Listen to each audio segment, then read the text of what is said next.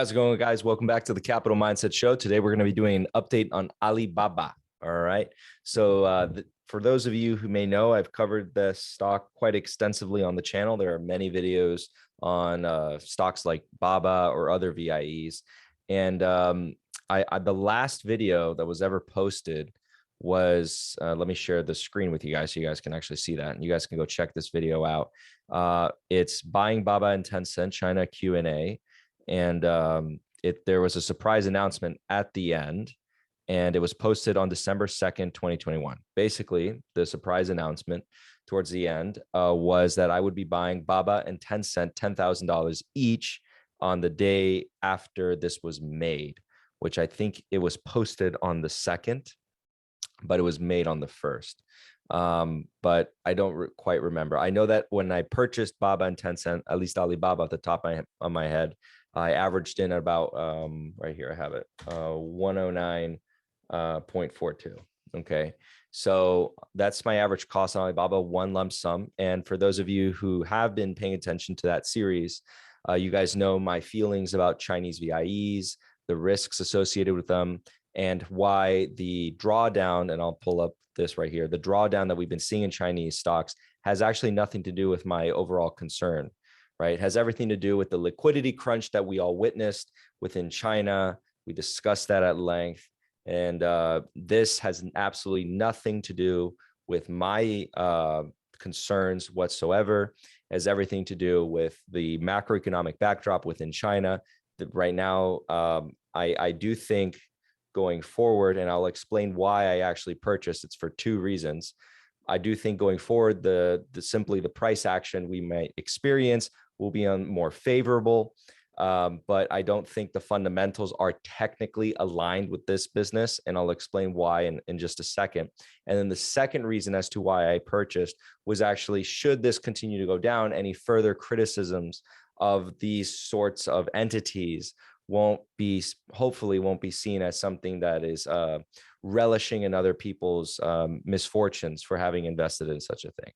But again, I do think over the short term, and this is going for 2022, perhaps even 2023, I do actually expect the price action to move upwards. Now, I'll begin this explanation by saying that the Chinese macroeconomic backdrop will be very different this time around, because this year is the meeting by the CCP. Okay. And the CCP meeting is quite important because they need to shore up their authority. And by doing so, or one way of doing so, is actually loosening monetary policy.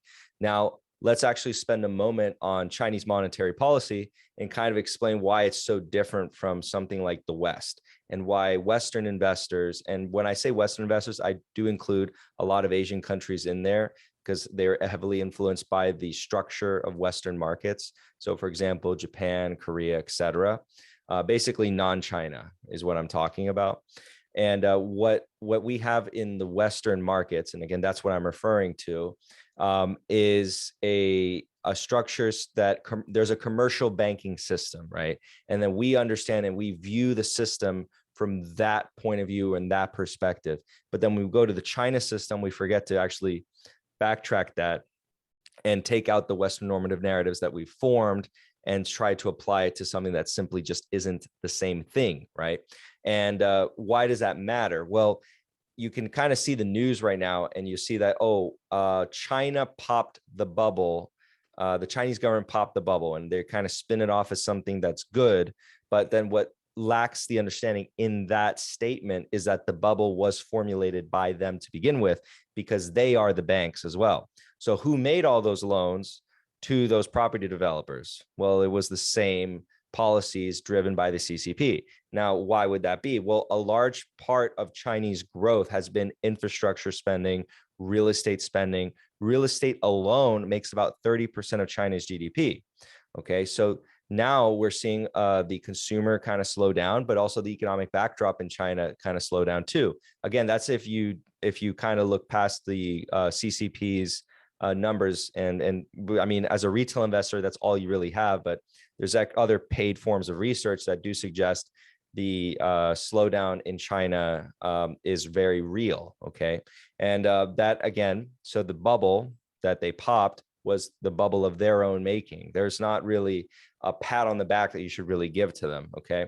And that again comes from things we've discussed here, where malinvestment is actually quite natural the more and more you centralize economic decisions, right? Because it's impossible for you or I to make centralized decisions that will be perfect for everyone or perfect for the system or good for the system. Let's not even say perfect, good for the system, because we do not know every piece of information at any given point in time. And so malinvestment is very prevalent, right? And then so we're just seeing that in China. And again, like I said, malinvestment is very hard to quantify until it just shows up and just blows up in your face. Okay. And that goes with the United States or any country for that matter. But specifically in China, again, we're seeing the tightening of the monetary system, and their monetary system is very different from ours. And we actually have to put away the United States monetary system in a domestic terms when we go then look at Chinese domestic policy or Chinese monetary policy. Okay. And their monetary system for that matter. So that being said, going forward, I do think the loosening will cause some of these VIE structures to go up. All right, now I'll spend some time on the VIEs to kind of summarize and get everyone up to speed. And maybe for those of you who've heard this before, you'll hear it slightly differently. And maybe it makes a little bit more sense now than before. Okay, so I expressed, or I think this way of saying it probably makes a little bit more sense.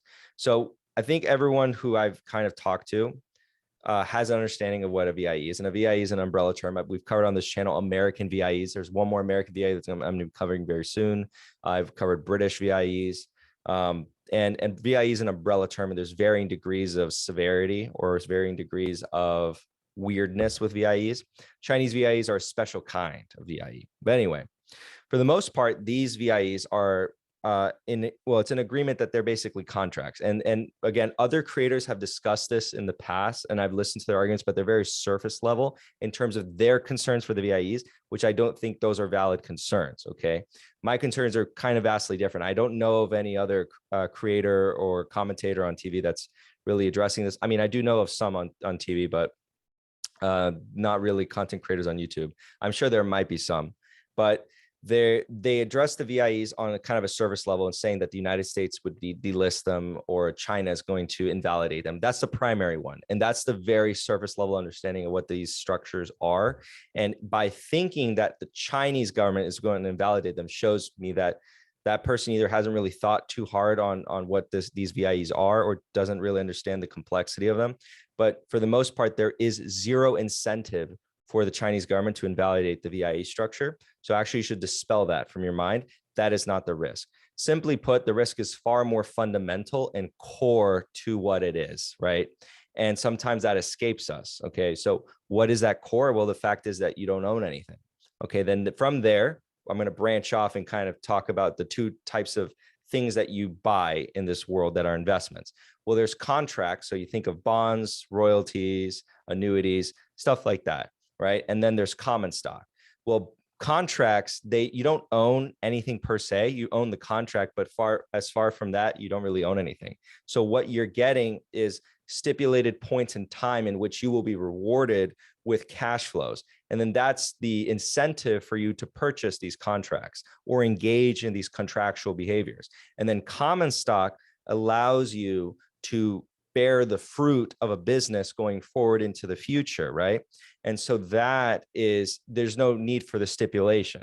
Now, these particular VIEs, not the other VIEs I've covered. I've covered American VIEs, British VIEs, and I'll cover even more American VIEs in the future because that's an umbrella term. But these VIEs in particular are the best of both, but not for you. Okay, so they're not the best for you for both. Okay, they're the best for them. Okay, because basically what they have is a contract that you treat like a common stock in terms of what you're willing to give up. So basically, again, it's a contract with no time stipulations, right? What does that mean? Okay, so that means if they don't give you any capital back within 1,000 years, they haven't broken the contract because there is no time stipulations on when it is you must be returned capital, et cetera, or if ever, right? It's just a promise that you have like a token ownership, right? It's like buying real estate on Earth too, in some capacity. Like, sure, you own the land, or you own the rights to this land, but it's not land you can ever live on, right? It's not technically the same. It's actually probably a little bit worse, because at least in Earth 2, you own the digital real estate or whatever. And then on top of that, you're then treating it again like a common stock, but it's not a common stock, right? So we're in a limbo, where if you take the fundamentals of investing and finance, you can't actually even evaluate these things, because you can't evaluate it like a contract, even though it is a contract. And you can't really evaluate it like a stock or a common stock, because it's not common stock, it's a contract. So, because again, there's no nuance that you actually own the underlying assets. So you can't truly value it like a common stock. But more or less, what we'll go through today when we do the valuation model, because maybe some people they don't agree with this at all. And I'll put my biases aside, and I'll show you what the model says, and then we'll just evaluate like a common stock. I just want you to know I'm breaking a very basic principle of finance when I'm doing that, because I'm evaluating a contract as if it's a common stock, but it's not a common stock, and it's also a very poor contract, right? I would never buy a contract that has no stipulations on time frame, et cetera. And then when we consider the ability for me to defend these contracts, it's very low. So then this actually goes into the speculative category of my portfolio. So while I do think the price action will be actually favorable, because I don't think the market will actually price in these risks, and most people aren't going to be talking about these exact risks, these fundamental risks, I do think that 2022, I will experience price appreciation, and I will profit based off of greater fool theory. Right. So it's a trade. I do think that I'm going to make good on this trade, but then also if it goes really poorly, I want you to know that I'm not trying to poop on your parade. I will suffer alongside you guys, whoever holds Alibaba and Tencent. And but keep in mind, I do expect the price action to go up. Okay. That does not take away, or does not mean I do not believe my previous thesis. This will never, ever, ever be a core holding in my portfolio. It's just a speculative play that I'm doing here. Okay, so on that note, there was also a point of intrigue, and I'll kind of discuss this in the model, that I believe that these specific VIEs will always do these like token dividends. And that was a topic, we talked about way back when, and I think it was in the earlier videos, and I mentioned it here and there. But these token dividends, of what they're designed to do is coddle you, make you feel good, make you, confident in what you bought. And in reality, when you take a look at the longer term, what it is, it's a token dividend, or a token buyback, right? And what this means is basically the net capital return is actually negative, not capital return, net capital return, which takes into account how much capital the investor base is actually putting into the business. And so what we'll go over is Alibaba, what they've done, and particularly Alibaba. More recently, they did do a share buyback, but it's nothing. It's a 0.05% of the float around there. And it basically, it's a token buyback. And then when you take a look at the longer term, what they've done, even more recently, as of last year, they actually diluted you by a decent amount, and they got a lot of money from that. Okay. So very good on them, because they got free money, because as long as they are in the VIE system, going back to, again, the Chinese have no incentive to destroy the VIE system, they're basically getting cash for nothing. And you should want to do that as long as possible. There would be no reason to delist it. That's why when you hear that argument from people, if they're making that argument legitimately, they don't know what they're talking about, because they can't both be too good to be true and they want to delist it, and that's the risk. It can't be both. Okay. It's got to be one or the other. So there may be legitimate risks for the United States delisting them, but I don't think that that's necessarily going to happen for a variety of reasons, mainly political reasons. And I do think that, for example, right now going forward, the Chinese government, the CCP, would prefer listings to go into Hong Kong so they can have a dual control, right? So they have greater control over the trading of these securities, as well as the ability to continue the VIE structure. Because for those of you who may not know, the Hong Kong equivalent is still part of the VIE structure, the greater VIE structure. Okay. So it would greatly benefit them in a plethora of ways. So not only will the VIE structure have the two benefits that I've already discussed, it will have the added benefit that you're doing so on an exchange that is entirely controlled by them. So, that's something to think about. And I think, over time, they're going to try to push that shift over to the Hong Kong stock exchange. And I won't be surprised if that happens more. All right. So actually, let's take a look at the price action and kind of discuss this. Again, this has nothing to do with the VIE concerns. The market doesn't really care about this. If they really did, this probably would be worth zero. But here we are. And again, I do think based off of what's going to happen in China in 2022, we're going to see some capital inflows. And again, my thesis is simple. It's greater fool theory. I expect myself to sell it to someone else at a higher price because they have no idea what it is they're buying off of me. And that's the brutal, honest truth. But if it goes poorly, I'll suffer alongside you guys. Okay. But I don't think it's going to go poorly. I think it'll be quite a long time before the market ever catches on to what these entities are and what really is under the hood here. Okay. By the way, not all Chinese stocks are VIE structures like this. Okay. You can look individually at each individual stock, but I'll give you a good rule of thumb. If it's a large internet company that's been deemed by the Chinese government to be crucial, probably a VIE. If it's not, and something that's more of like a dividend cash cow, probably not the same kind of thing. Okay. So I won't mention really any companies here, but that's kind of a good rule of thumb. And then again, so not all things are created equal. Okay. In that aspect. So, and again, kind of, I don't want you guys to dismiss what I said about the financial system. You really are bringing Western normative narrative to their system if you think that their system is going to treat you anything like our system. Okay. And when I say our system, I mean the entirety of the West, which is most of the world when I mention Western systems of finance. Okay. So very different. And I think that's the problem, I guess, with a lot of investors is that they're bringing a Western normative narrative to such a system. And again, the argument that I'm bringing forth is the fact that their culture, their system is quite different. So you cannot apply the same lens, right? And then so I know a lot of people say you have to look at them from a different lens. Well, I'm telling you, yes, look at them from a different lens. You have to observe these key differences in the system, not simply pretend that the system is the same. Okay, vastly different. And there are a lot of kinks to the armor. The Chinese government does invest a lot in making sure that the West thinks all these romanticized things about their government and how amazing they are. But in reality, there's a lot of inefficiencies that they cause, and they're kind of ridiculous sometimes, if I'm being honest.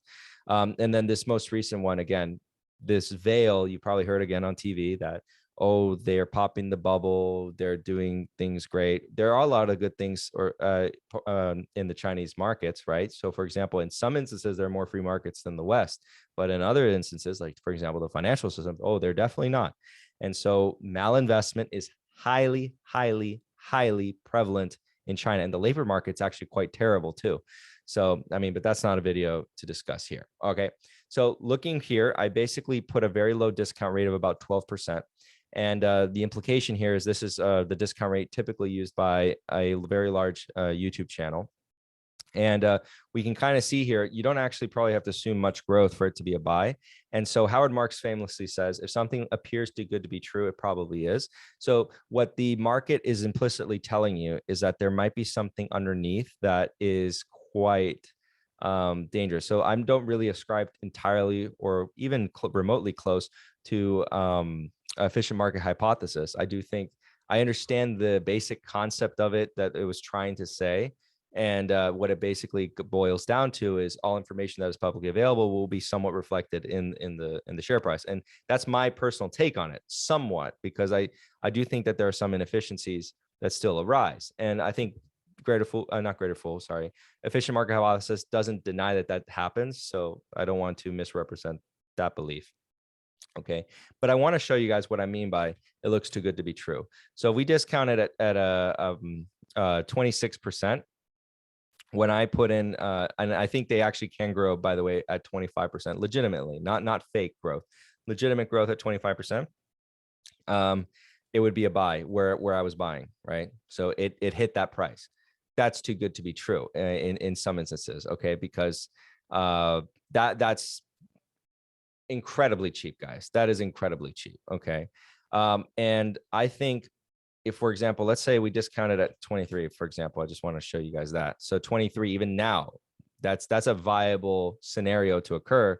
And I'm discounting it at 23%. Oh, by the way, I implied that token little dividend that they're doing, but you can kind of see the models actually picking up that they've been diluting by about negative 1.31%. So this token dividend is actually nothing. It's designed to coddle you, make you feel good, make you feel all happy inside, and make you feel like they're buying stock cheap, but they're not really putting that much capital to work.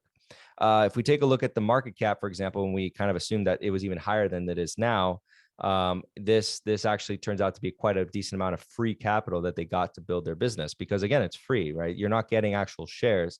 They're not giving up any control of the business. They're just getting cash in exchange for pieces of paper that are a contract that have no stipulations on time frame. So it's a pretty shitty contract, if I'm being honest. So it's a contract I would never buy. Okay. I'm sorry for using a naughty word. I know maybe some people might watch this with their children around, so I apologize for that. Try to refrain from that. So analysts have this rating at a strong buy, price target of 207.59, implying 68.9% upside. And before we continue, I want to show the Altman Z-score. So the Altman Z-score, this company is not at risk of bankruptcy, according to the books. I'll take us through the key ratios to show you guys how amazing this model thinks the company is. And again, I'm going to remove myself from my opinions and just show you guys in case you guys disagree with me, because I want, to cater to everyone's personal perspectives. If I'm, blah, blah, blah, this random ass guy, sorry again, today, we'll just look at the model, what it says, and remove the emotion from it. So we look at the liquidity ratios, looks fantastic. Not going to lie. Solvency ratios looks pretty good. Very healthy company. Actually lowering down that long-term debt. Very awesome. Gross profit margins have been actually declining. Operating profit margins have been declining as well. Net profit margins have been declining as well. ROA as well would be declining. Well, actually, that's actually pretty stable. ROE, that's also pretty stable. That's probably because the assets and the equity on the balance sheet are, remaining about the same. Earnings quality, didn't expect anything less from something like this. Probably, again, we're just taking their word for it on all the reporting. So yes, they're not lying about any of it. Okay, we're looking at the cash conversion cycle, pretty good. Okay. For those of you who also may not know, I'll talk about one more thing. By the way, this is indicative of a very powerful company. Okay. Negative cash conversion cycles, they're in a very powerful spot. Okay. For those of you who may not know or have watched those other videos, there was actually an example, a really good example of a moment when the Western media for a moment understood what these kinds of things were. And I think the year was 2013. So for those of you who are investing back then, 2013, and it was Reuters who reported on this. I quote this quite often because it actually is quite fascinating to watch how history just kind of continues and people kind of forget. But Yahoo and SoftBank owned a massive portion of Alibaba, and then Ant Financial was simply just taken away, right? And Ant Financial is perhaps one of the most valuable parts of Alibaba. And all that was given to Ant Financial and Yahoo at the time was a measly, I think, a couple $2 billion, but the value of Ant Financial was way more. And the amount that they owned of Alibaba was substantial. But again, so what happened to Ant Financial and Yahoo? Well, they had to take the settlement, because if they hadn't taken the settlement, what would have happened was they would have to write off the value of Alibaba on their balance sheet, and that would have actually destroyed those companies' value on paper and caused their share prices to collapse. So they had to take that money, because if they didn't, they weren't in a good position. And then the Chinese were basically saying, "Here's some money for you to shut up," so to speak. And not Ant Financial, but Ant Financial is basically like the equivalent, or the scandal was the equivalent of Jeff Bezos sort of taking AWS, if you can fathom that, AWS away from Amazon and just under himself, and not compensating any of the shareholders, giving them shares in AWS, because again, you don't own anything. So the Reuters reporter in that article expressed great surprise, because again, they didn't understand, but they were kind of touching the surface of it. They expressed great surprise as to how such a thing was even possible. Because again, they're applying the Western normative narrative that you own stuff when you own shares, and in fact you own nothing because you can't. Alibaba had that designation where you couldn't, and the only thing you could own was truly the VIE structure. So in that sense, the Western media was almost, touching on the kernel of truth, but they kind of failed on that. And here we are today. So again, I own Alibaba. I'm up still. It might come down. I think what is it now after hours? Yeah, it's about, yeah, it's down. Well, I guess now it's pre-market technically, but yeah, it's down to about 120. Maybe we get back to that buy price. Maybe it goes lower than my average cost. Maybe I lose everything, goes to zero. I doubt that. I do expect this market to get some decent amount of capital flowing in. But again, my thesis is entirely greater fool theory. The model says this, but I don't. I think, remember, investing is all about nuance. Even though this is a tool that helps me make decisions, I think it's lacking the nuance of what the structure really is. And it's just treating this like any other stock. So we're treating a contract as if it was a stock. Okay. If this was a stock, this would be perhaps one of the cheapest stocks ever, or in recent history at least, but perhaps in a very long time in the history of the stock market. Let me just go around and play around with some growth rates to kind of show you guys what it is we're talking about. So even if I discount at 20%, which is a very hefty discount rate, we can kind of see what we could expect from the business. All right, so 15%, we still have to get more than that. 17%, we're very close. That's actually, we're on my buy price. Let's do 18%. Okay, 18%, we're getting very close. I think 19% and above. So about between 18 and 19% and above is what you'd have to expect in growth and cash flows at a discount rate of 20%, assuming a 0.05% token buyback. Okay. Again, if you lower that discount rate, lower down your expectations on returns, the buy values get, lower and lower and lower. So, higher and higher and higher. So it's basically saying it's a good deal now. Again, my personal opinion, I've expressed it. If you guys have any questions, comment down below. I might do a 10-cent video, but for the most part, it'll be about the same. If I did it, it would just be for you guys to just see what the model says about it. But, there'll be a Facebook video coming out very soon from once you see this video, because some interesting things are happening with Facebook. And I know what I said in the Google video, that I might liquidate some of my Google position to buy Facebook. And just so happens the market gives me Facebook at about, 20-30% drop almost. So, things happen. The market just, does its thing, and, I'm patiently waiting. For those of you who also may not know, I'm decently heavy in cash. I have been since about December. Started in November, about December. Been talking about it for a while now, and I'm just kind of waiting. It's not timing the market. It's just selling stocks when the tools telling me, prospects aren't very good at all. I'd be making too heavy assumptions. Take my profits, fine. And I'll just wait. I don't really just do it because anything. I mean, I sold my REITs. That's a lie, because I sold my REITs because of the potential fear that there'll be some rates, and then I want to see what happens with the Fed. And it's not really that they can do anything. It's really the sentiment that I just think I can get cheaper prices. And they were in tax advantage accounts, so I'm not paying capital gains on all those gains, so I'm good. But on that note, guys, oh, by the way, for Google, I want to tell you guys here. So I'll let you guys know here. I'm probably not going to sell my Google position at all. I'm not even going to trim. I'm not going to touch it. I don't want to pay the capital gains. And frankly, my cash position is already fairly decent, so I don't want to add too much to it. I got income coming in. I'm adding to that. In that capacity, I don't need to sell my Google to add more. So I'll be adding Facebook from my cash pile. And, from anything else, I may take profits on or liquidate. The one that's really on the chopping block is ConocoPhillips. I'll tell you guys that. ConocoPhillips is very much so on the chopping block. I'm finally wanting to take some profits off the table. All the money that's in there is now long-term capital gains rate. So if I time this correctly, I may have a very low tax bill for this year because I don't really want to sell anything else. I make very little moves, by the way, in terms of selling. The most, my tax advantage accounts, this kind of deserves its own video. I don't know why it's in an Alibaba video.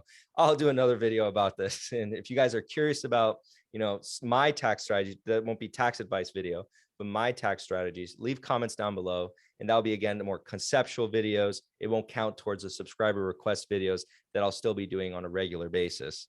But again, if you guys have any questions, go ahead and comment down below and I'll try to answer them as quickly as possible in a timely manner. Thank you guys so much for your patience. I didn't really get to post much more recently because work has been absolutely crazy busy. If you guys like content like this, go ahead and feel free to leave a like.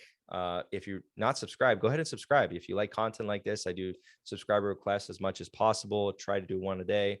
And then we do also sector analysis videos and stuff like that.